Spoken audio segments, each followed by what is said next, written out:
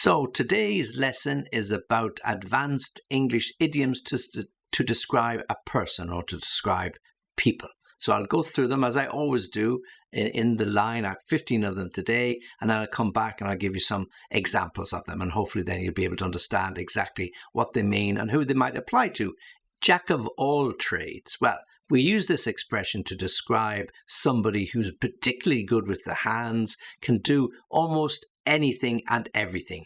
He's a jack of all trades. You wait until he gets that house ready. He'll do all the wiring for the electricity himself. He'll put up shelves. He'll install the burglar alarms. He'll hang the lights, the new light shades. He can do absolutely anything. If you ever have a problem, just give him a call. He loves doing it, so there'll never be a problem. He's a real jack of all trades. He's an electrician, he's a carpenter, he's a plumber, yeah, and he's an all-round good guy, a jack of all trades.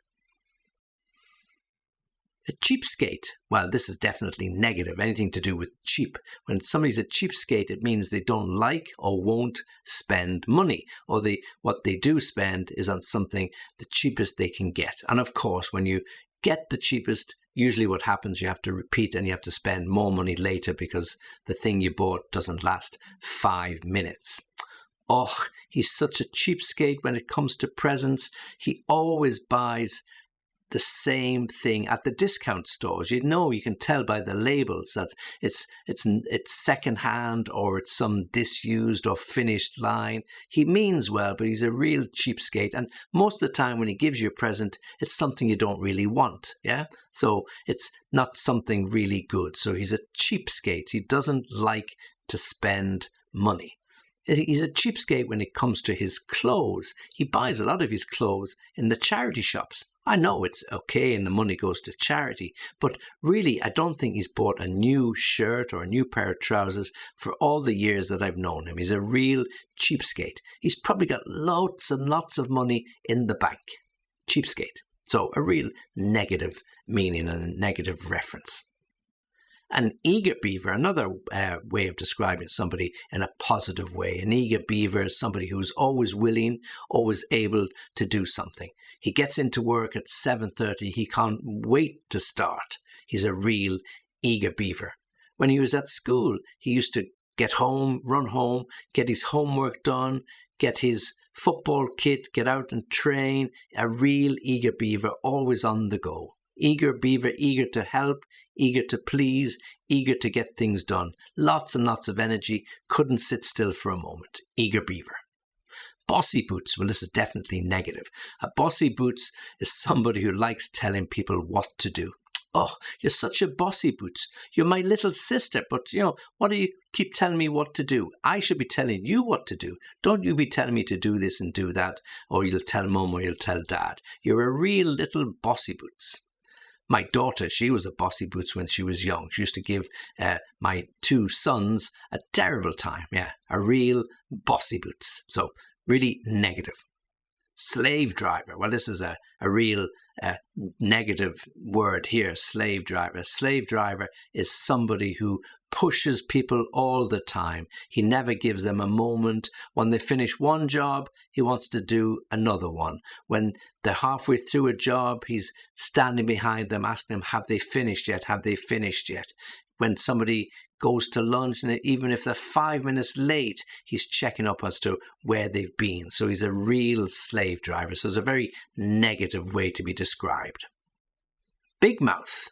Well, it can be physical, that a big mouth, but a big mouth is somebody who cannot keep his mouth shut. He likes to talk, and particularly if he's got secrets or what he thinks are secrets, he likes to tell everybody.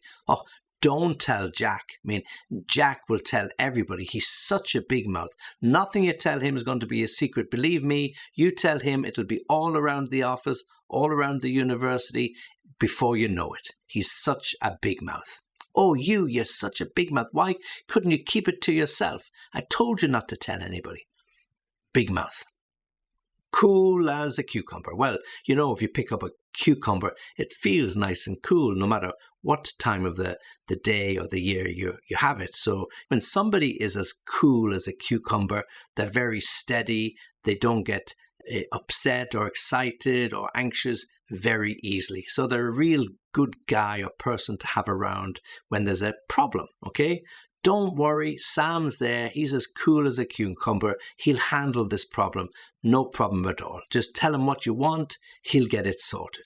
So Sam will go up to the hotel and he'll explain to them why we really need to have a room even though we haven't booked, or if we're trying to get a reservation for a restaurant and we forgot to book it, he'll go up cool as a cucumber to the person, tell them, look, we meant to make a reservation. We won't be too late, but we would really like to have a table for 4. And yeah, you've guessed it, he'll always win. He'll always get that table. So he's as cool as a cucumber when there's some stress, as cool as a cucumber when everybody else is anxious, as cool as a cucumber when we need a cool head in a difficult situation. So it's very positive to be referred to as cool as a cucumber.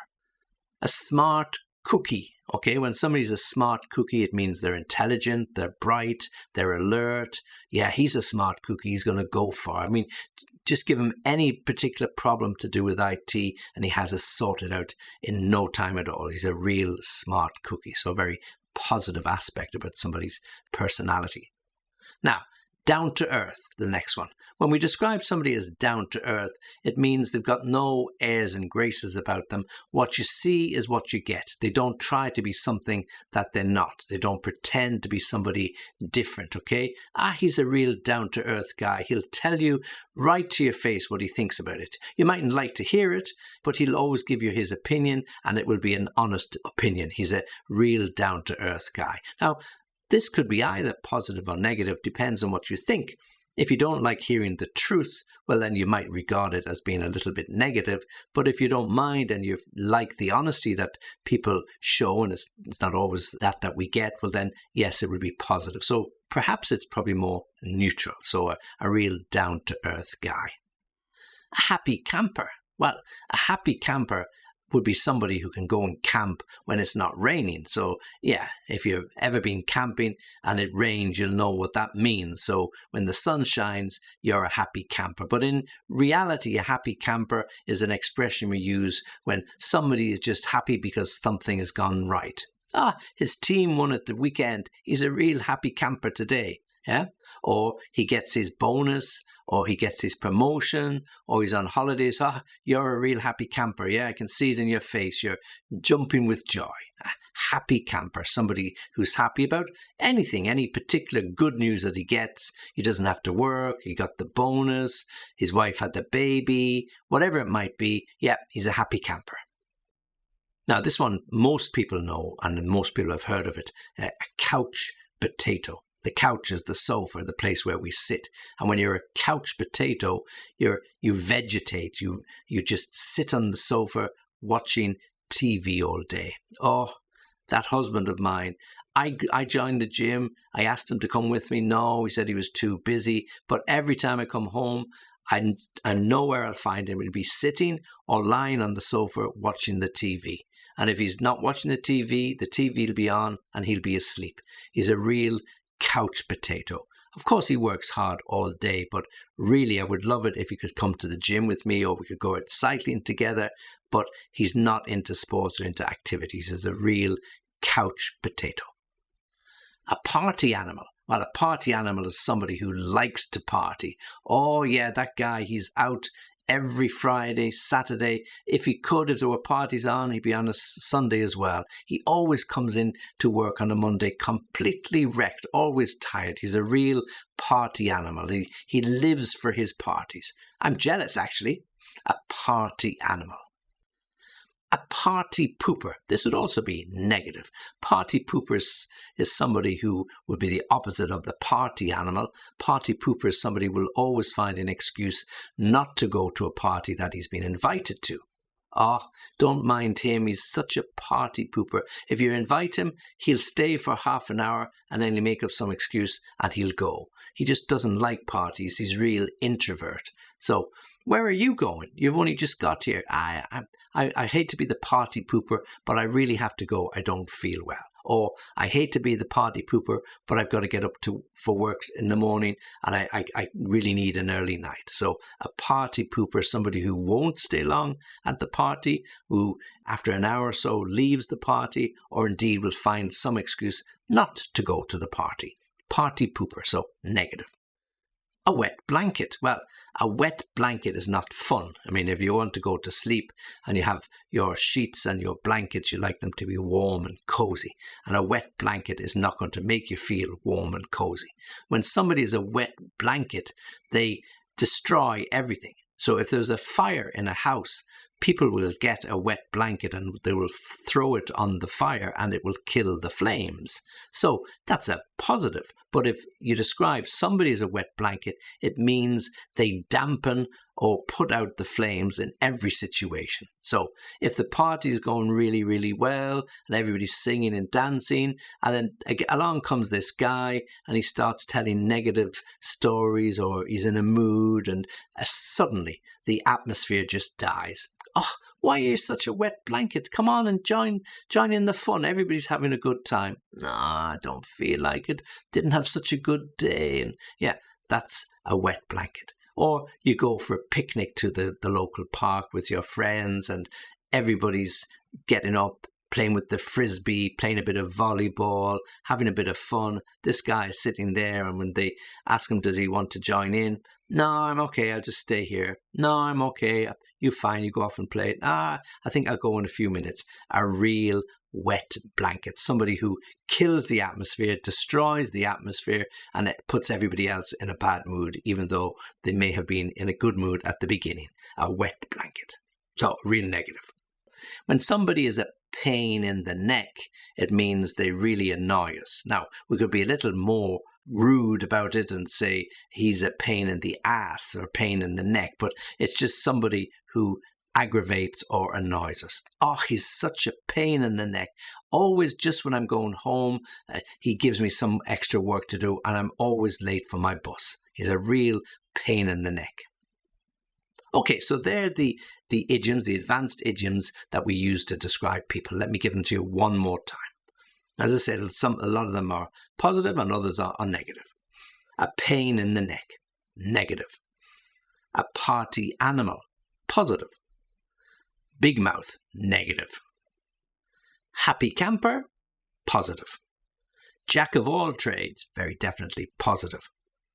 Slave driver, negative. Down to earth, neutral. Bossy boots, negative. Smart cookie, positive. Eager beaver, positive. Cheapskate, negative. Party pooper, negative. Couch potato, negative.